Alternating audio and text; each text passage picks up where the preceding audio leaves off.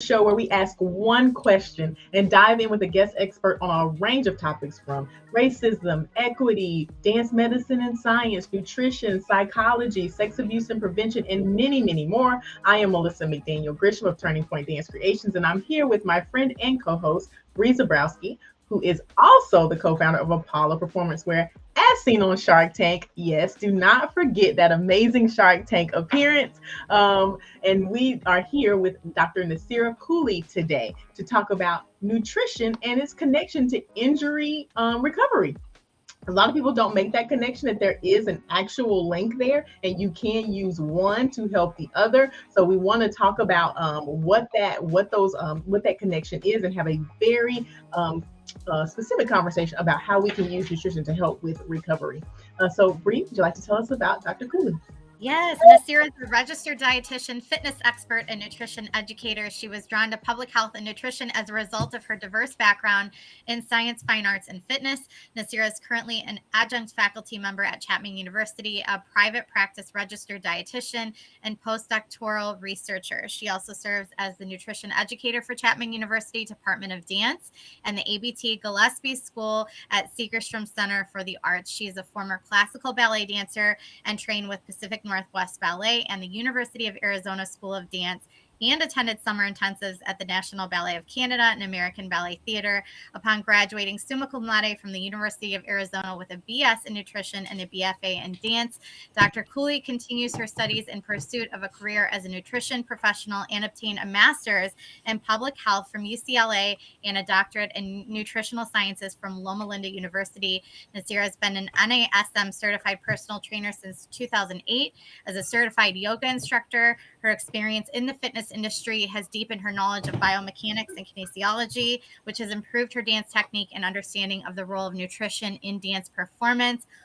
Whew! If that ain't qualified, I don't I don't know know. what is. People, I feel like I need to go do something with myself. Dr. Cooley, welcome back. Thank you so much for being here and joining us again. We're so thrilled. Thank you for having me. Yeah, you always have very great insight to share with us. But so I want to talk about healing from an injury and recovery are two very different things, right?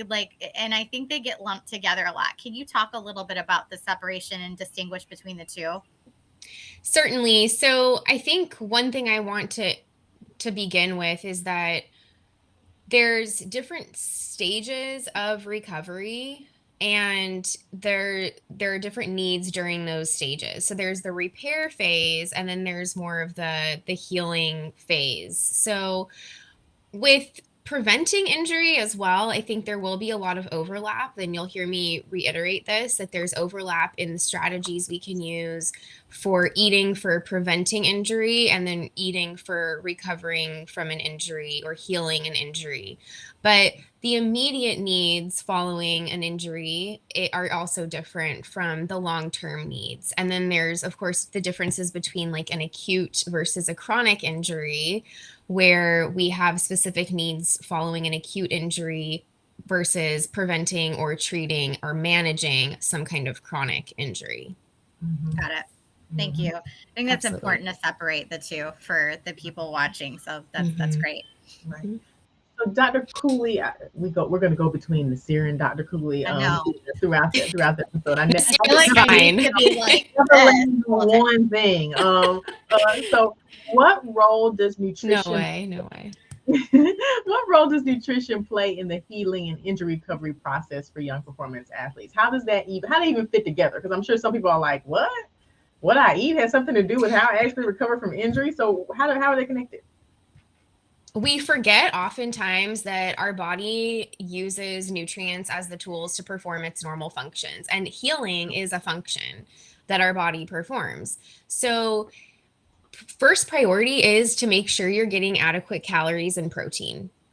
Okay. It's the obvious, right? But as dancers, we always overlook that. And dancers tend to undereat in general. And if you're undereating in general, you first of all don't have enough energy for your body to synthesize these various constituents in your tissues to heal.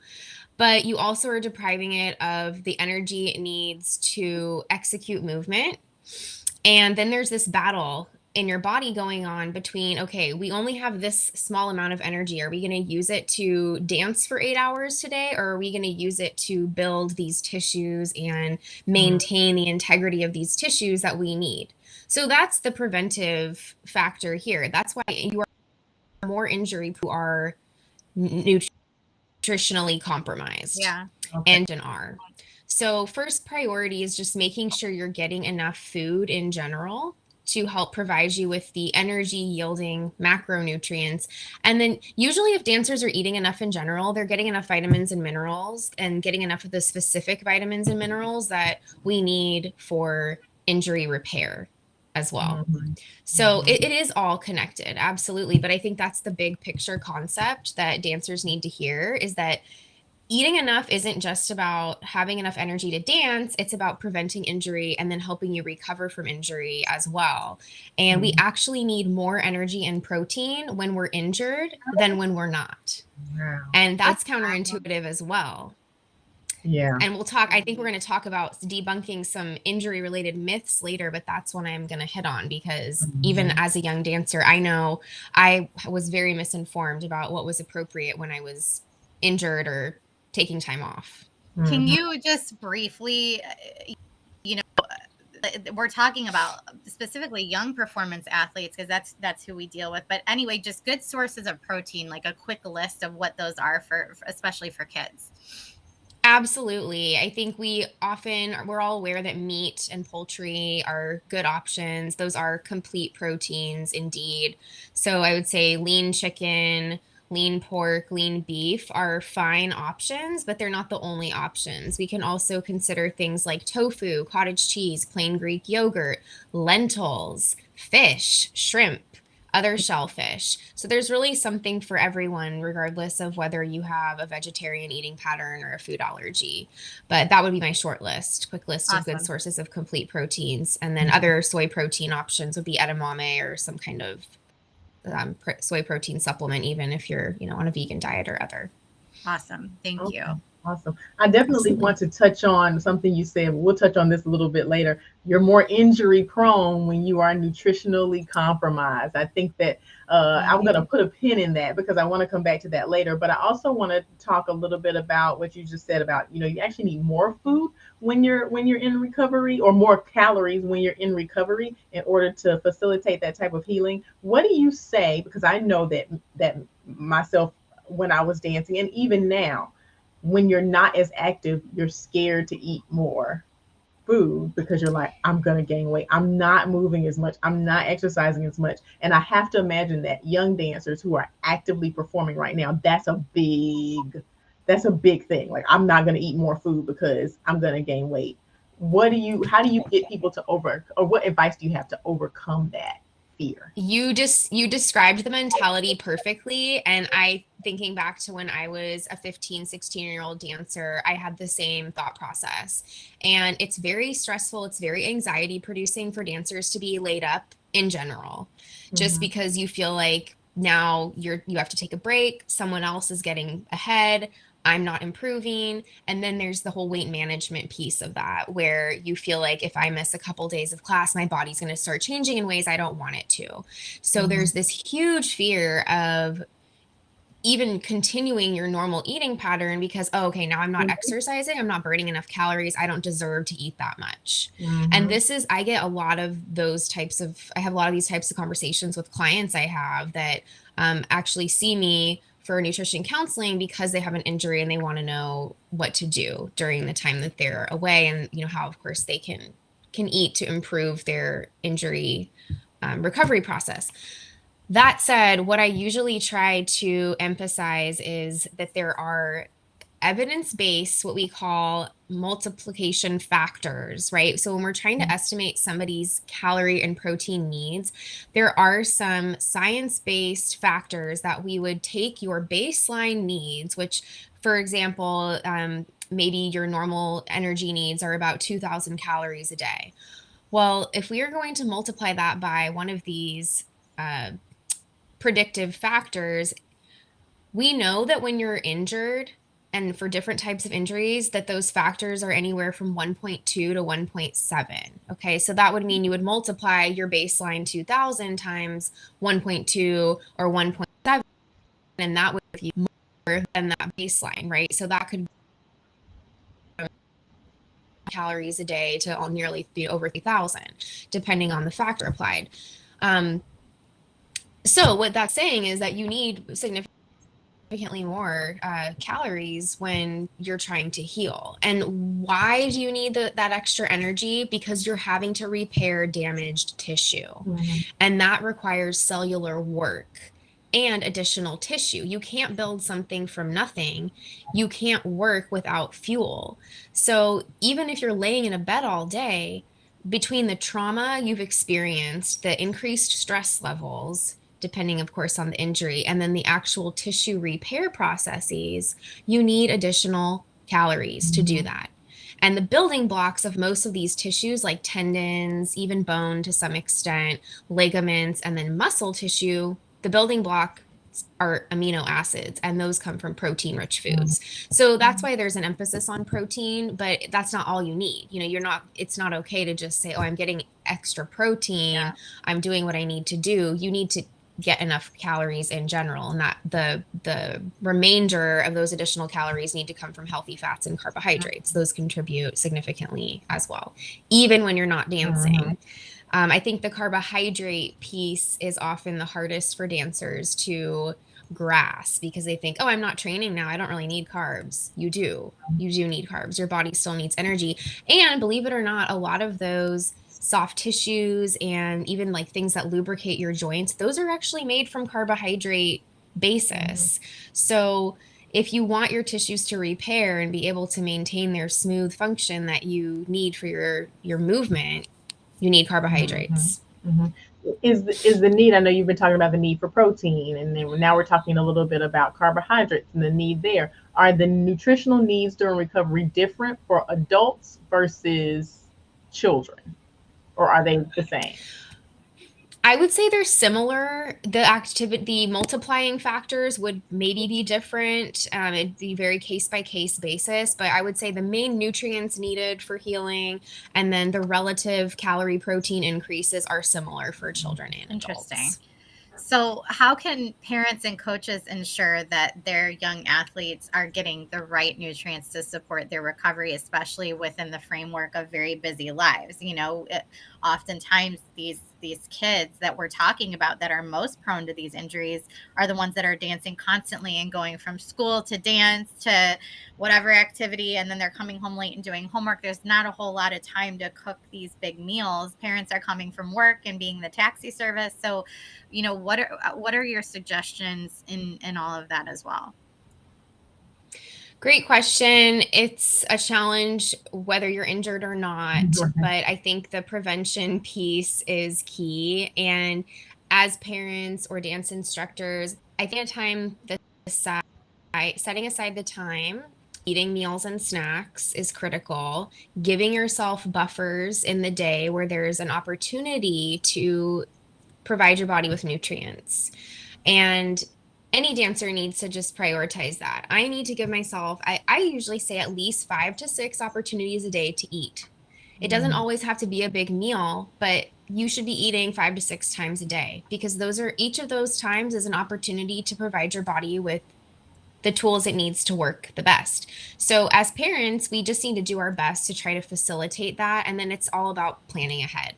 Having the snacks ready to go the night before. I'm a firm believer in doing a bulk prep on the weekends, and that includes snacks. So it's bagging trail mix ahead of time. It's having a box by the door with the protein bars that we're going to take that week. It's baking some mini muffins so that you have something to grab and go. It's checking your supply of string cheese and yogurt cups, those things that are easy to grab and go. So it's checking inventory, doing some of the harder, more time intensive prep ahead of time, and then Being okay with leftovers is another fundamental, I think, that families need to embrace, because it is not realistic for moms or dads or whoever's doing the cooking every night to cook every night something new. It just is not realistic, especially if you work and are taking care of children and you have late rehearsals. So planning ahead that way is also helpful. And then giving yourself some grace to realize that it doesn't always have to be a homemade muffin that you're taking or, Yeah. making for the breakfast. You can buy some energy bars to have on hand.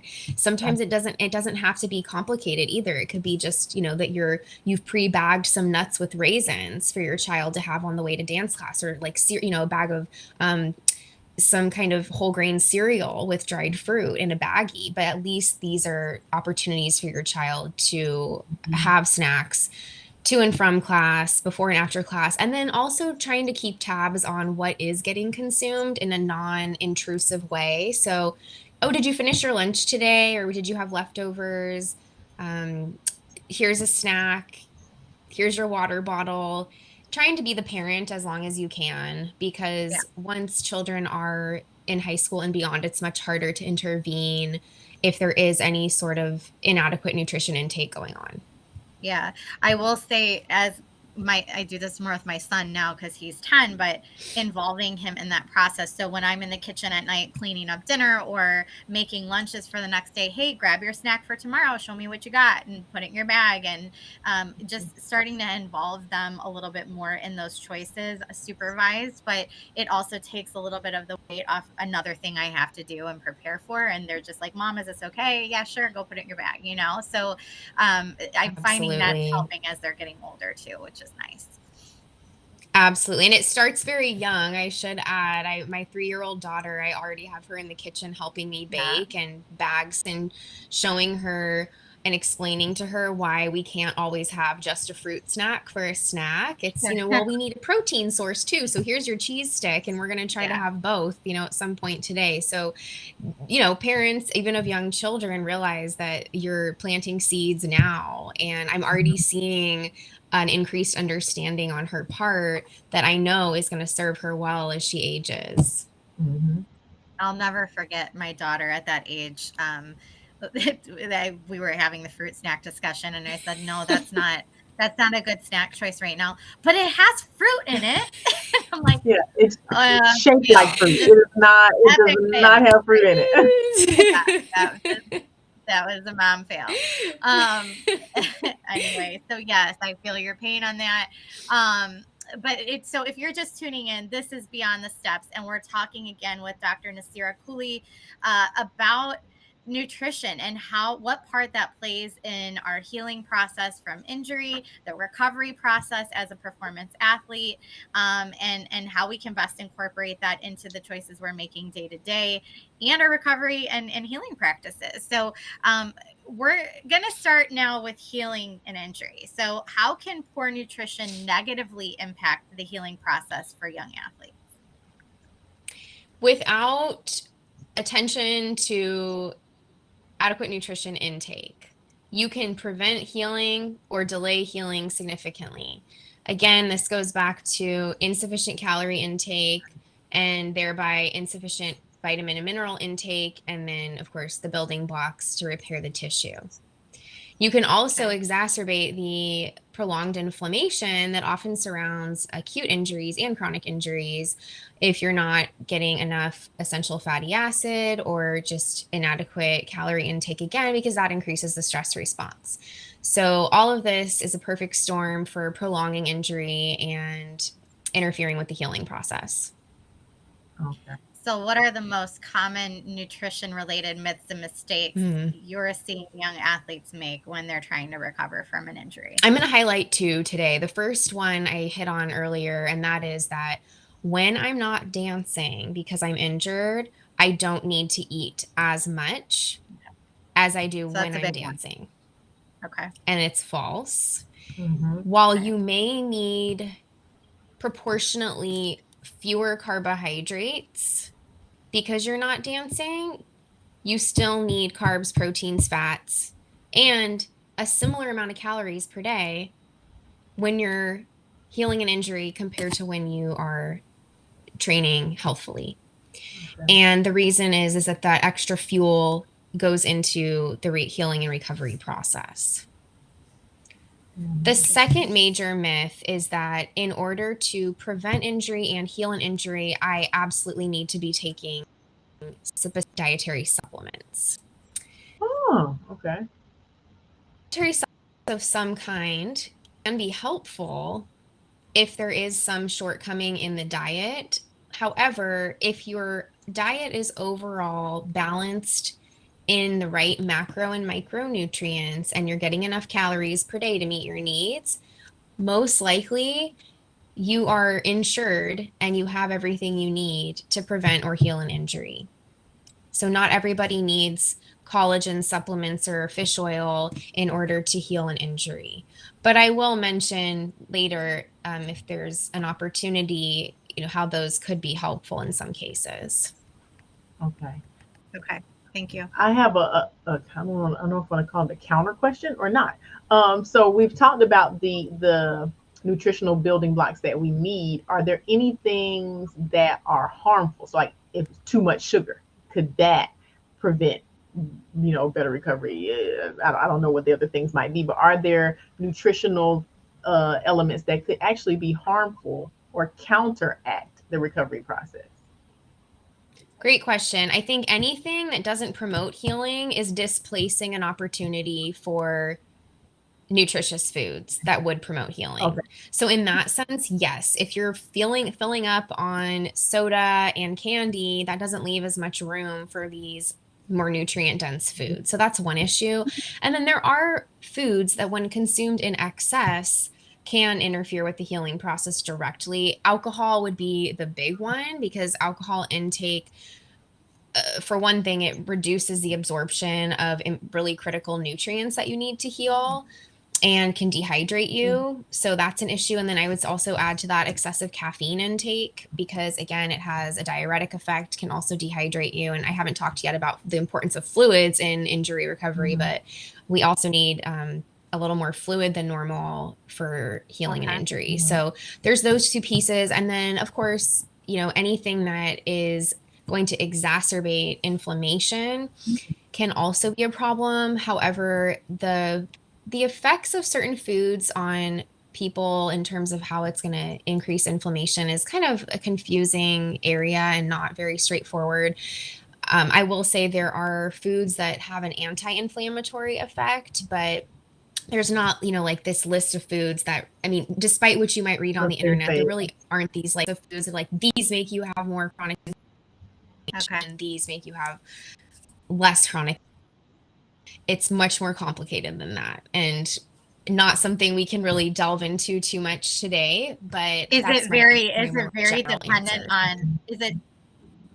dependent on the person, or is that why, or is it just dependent more on the issue that you're dealing with?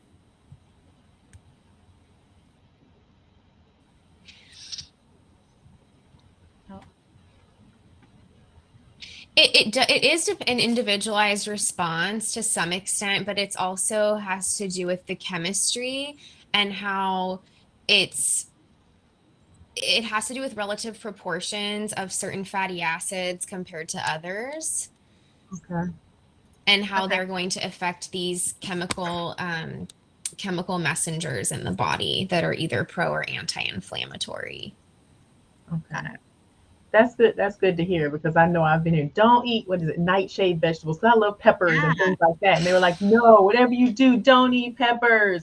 Those are inflammatory. Don't do it. These are the kind of things that drive me nuts because while there are compounds in nightshades that if eaten in extreme abundance can cause an acute inflammatory response, but it's not to the point for most healthy people. Now, granted, if you have kidney disease or some kind of thyroid dysfunction, people could respond differently, but generally speaking, it's highly unlikely that would cause a problem for anybody, even if you're eating a lot of those foods. So, it's the shame in that, of course, is that we get these ideas and then we're like, we have to avoid eggplant altogether, which is silly. It's like, if you're going to cook with an eggplant, you're probably only going to consume like a quarter or a third of the vegetable per meal anyways. So are we actually going to be stressing out about this? But of course we do, right? I mean, we all do, because we want to do our best to avoid what we need to avoid. But eat your nightshades, eat bell peppers, unless you have a medical condition that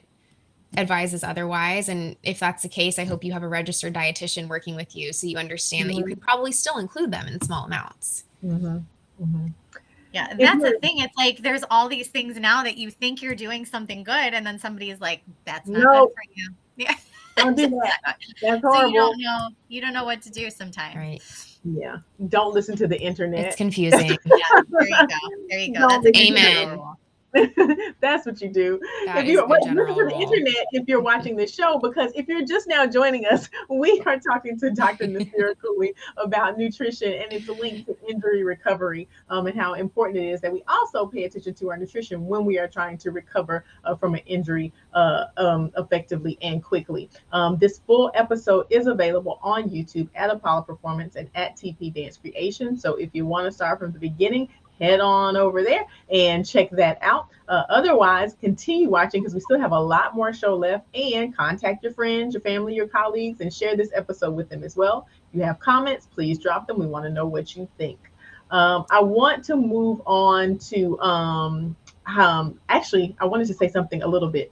Here I go, off tangent, off topic. You talked about, like, if you have different chronic maybe illnesses, or like you said, kidney disease or things like that.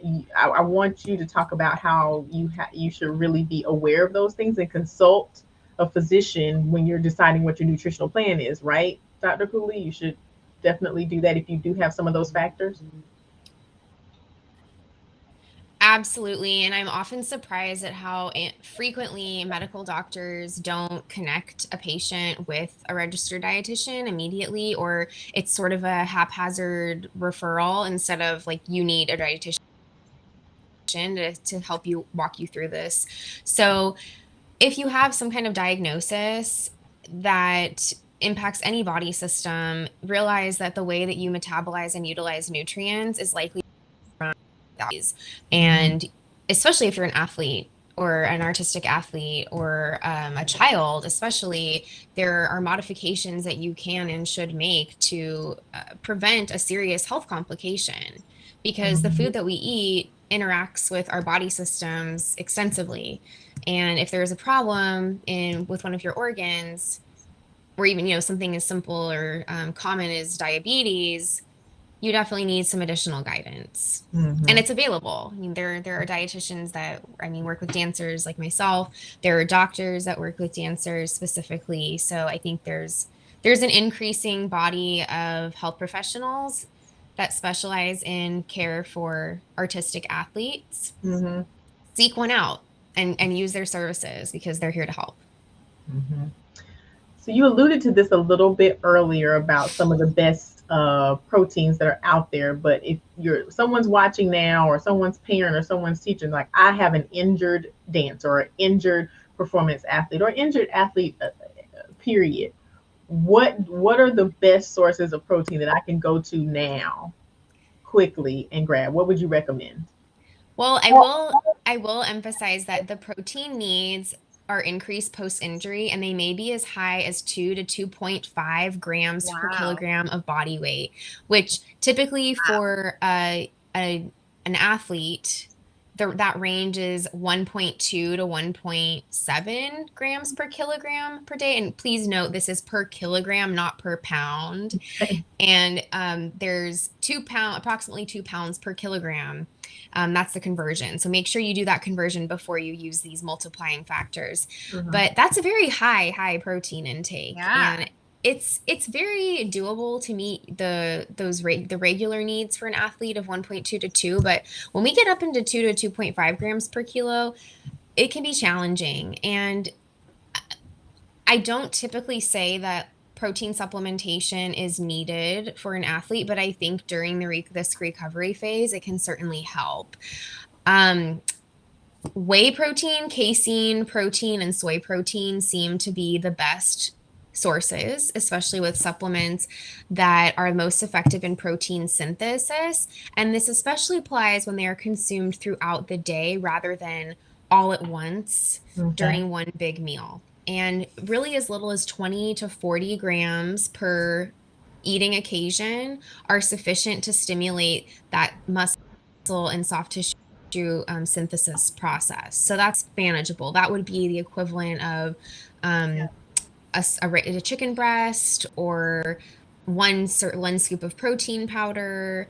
And then, it's not just the protein foods that provide protein. We also get protein contribution from starches and even some vegetables. Sure. But we really do want to make sure we're getting enough high quality complete protein, and those are some of the sources I mentioned earlier, the animal-based proteins, and then any soy product like tofu, edamame, soy protein powder, and then some of the other meat substitutes that are soy-based specifically would be good options. And then dairy also has whey and casein, so those are great sources for those of us that tolerate dairy.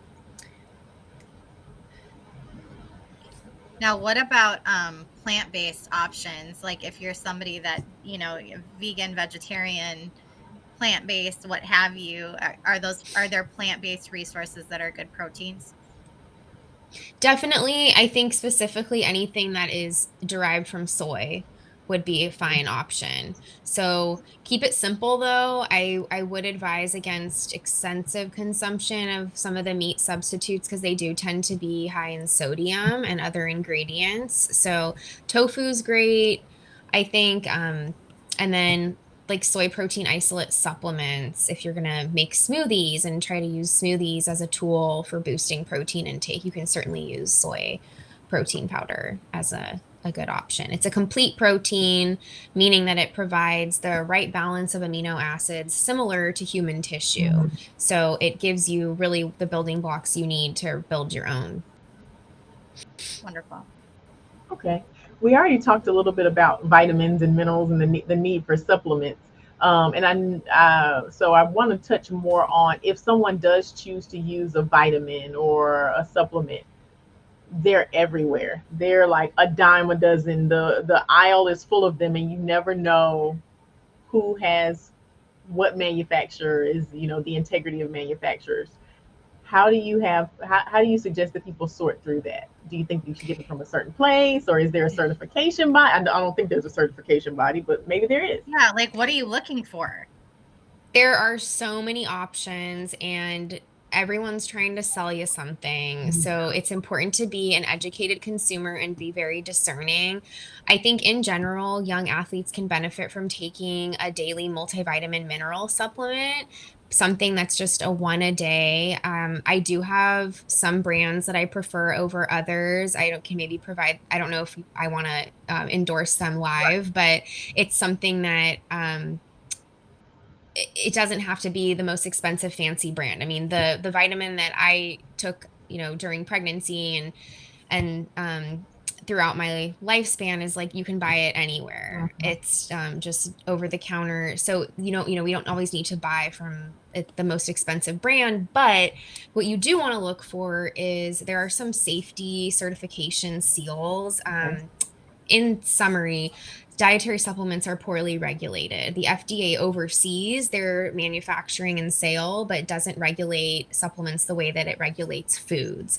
So there's room for contamination, misleading information, and other safety issues. So choose a mainstream brand, something that's very nationally recognized, because if there was a recall, you probably would have heard about it. Right. And especially, you want to choose a company that's been around a while as well for the same reason. There's a USP safety seal. There's something called good manufacturing processes. There's a GMP stamp that will sometimes be on a dietary supplement. And then another general tip is don't double dip. So don't take this vitamin D and then I'm going to get this other calcium plus vitamin D and I'm going to take a multivitamin mineral supplement with vitamin D, because then guess what? You're probably getting 4 times the amount of safe vitamin D per day, and we can overdose on any vitamin or mineral. It's harder to do that with some than others, but it's very rare that anybody overdoses on a micronutrient from foods. It's very common that it happens from dietary supplements. And we're seeing this more and more where someone's taking their mind plus this, they kind of cherry pick others that they heard. I heard B12 is important, or I heard I need more zinc. Well, these nutrients, not only can you overdose on them independently, but they interact with one another. So sometimes if you overconsume one, you're going to interfere with the absorption of another and give yourself some weird anemia or other health problem because you overcompensated in some way. Wow. So don't assume you need something just because your friend does or you heard it on TV that it's important. They're important, but if you're eating a varied diet and you're getting enough calories to meet your daily needs, most likely you're covering mineral needs as well. There are some key nutrients we use specifically in the repair process. Vitamin C is an important one. It's needed to build collagen, which is one of the basis for tendons and ligaments. It's also an antioxidant, so that helps reduce oxidative stress in our tissues. Vitamin A, also an antioxidant. Zinc, magnesium, phosphorus, and copper are also known to be beneficial, specifically during what we call the proliferative repair.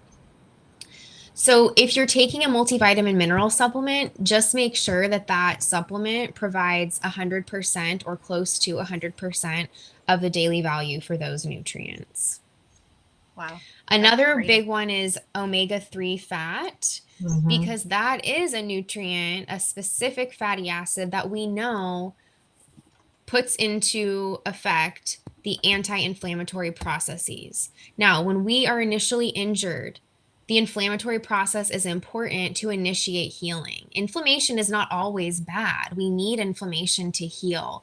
Where we run into trouble is when that inflammation persists beyond the appropriate time frame. So you want inflammation to immobilize an injury, to recruit all those repair cells, but then you don't want to be swollen for an extended period of time. So making sure you're consuming the nutrient omega-3 fat is also going to help promote the anti-inflammatory pathways. And sources of omega-3 fat are pretty limited to fatty fish, and then some plant-based options would be like algae oils, walnuts, canola oil, flaxseed, hemp seed, chia seed. You can also take an omega-3 supplement during the healing process, but don't take more than the recommended dosage. More is not always better, and you can overdo omega-3 fats as well. You can overcompensate and actually create new problems. So definitely want to be cautious and realize there's a sweet spot of optimal intake, but going beyond that or consuming insufficiently is going to leave you compromised. Yeah, now let's talk about hydration and electrolytes. Before we go to homework, I think we really have to touch on this. So why are they important, and what is the recommended amount? Because everybody's got, that metric of, I need to drink, my body weight. Like all the things, my body weight. Like I basically need to drown myself in water right now. Right. What is that amount and why is it important? Great question. And I'm always baffled at some of the quantities people tell me. I'm just, where did you hear this? How do you come up with this? So, I mean, typically it's an athlete or a healthy athlete that's not injured needs anywhere from 8.5 to about 14 cups per day. So that's like 2.5 or 2 liters or so, to 2 to 3 liters. Okay. When you're injured, you might need a little bit more, but it's only like half a liter more beyond what your norm is. So that might be like an extra 1.5 cups or so per day. And it depends on your body size. So these are, if you have more mass, you have more blood, you have more tissue, you need more water to sustain those tissues and that fluid volume. And you need that extra fluid to help lubricate the joints and just provide a medium, for chemical reactions to happen and keep all of these, everything moving, keep your blood pressure normal, etc. So I also need to emphasize this. We're not just talking about plain water. We're talking total fat comes from food and other beverages. So if you have a cup of tea, you have some juice, if you have a cup of milk, even if you have are contributing fluid to your total intake. Then you add to that a diet that has fruits and vegetables, you could be consuming significantly more than you realize. And you can achieve water intoxication by drinking too much plain water too fast, and that can be fatal. It can cause hospitalization.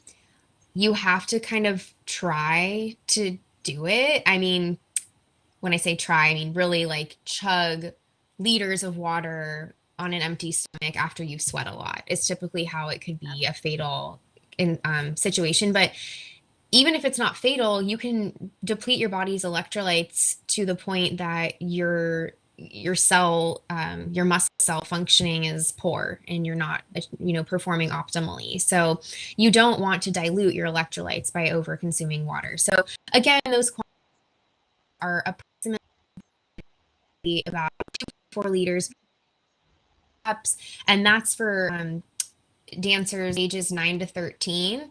If you're older, so like in the 14 to 18-year-old range, you might need more like 3.3 liters per day to up to 3.7 liters per day, and that high in there is like 15 cups.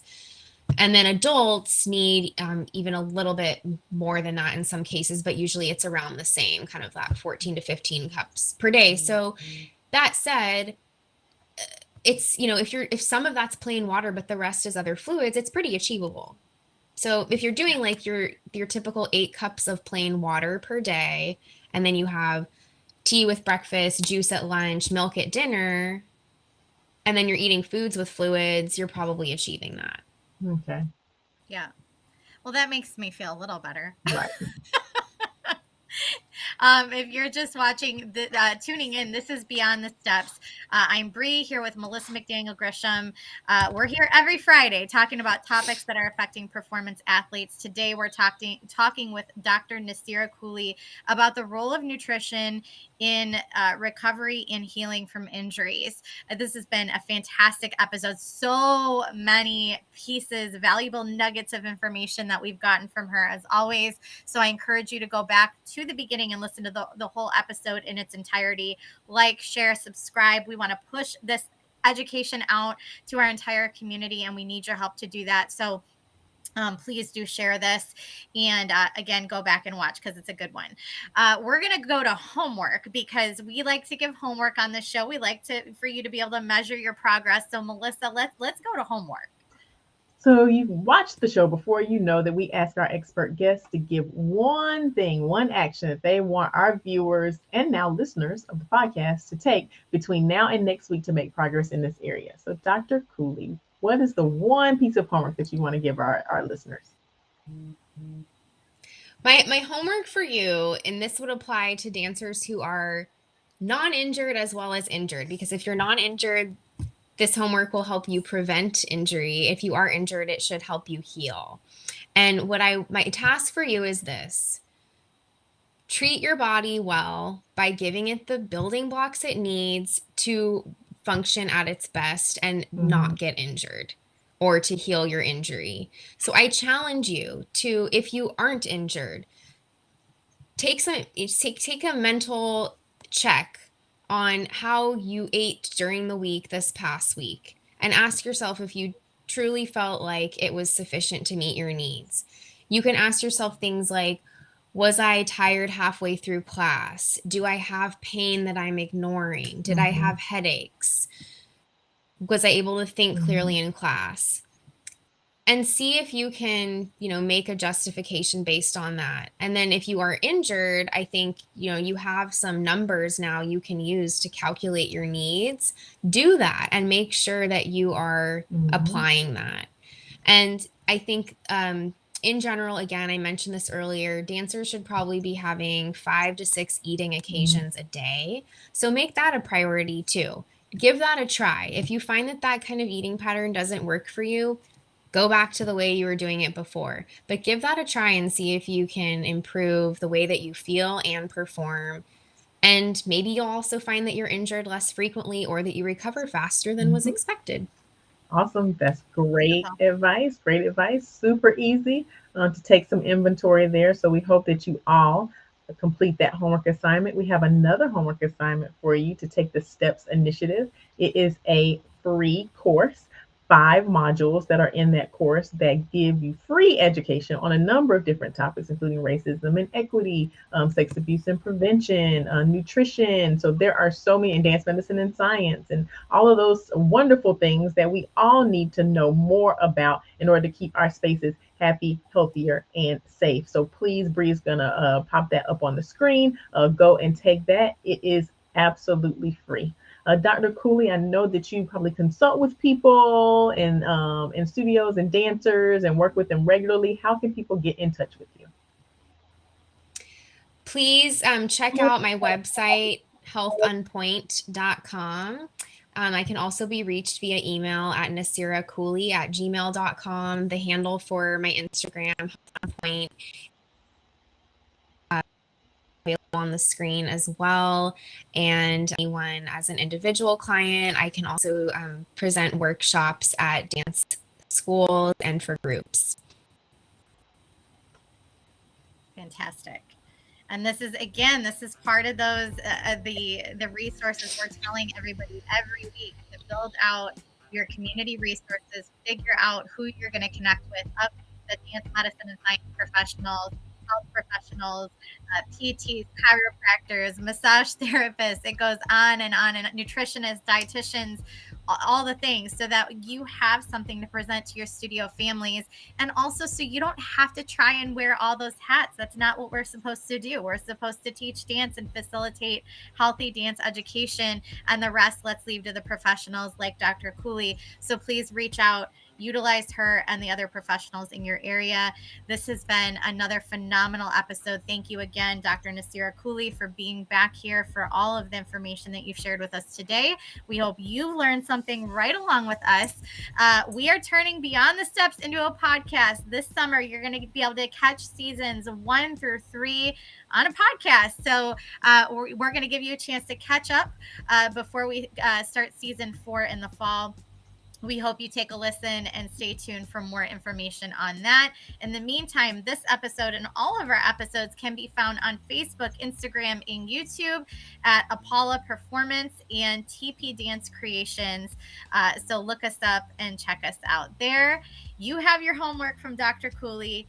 And until next week, we hope you continue your journey beyond the steps. Everybody have a wonderful weekend. Bye.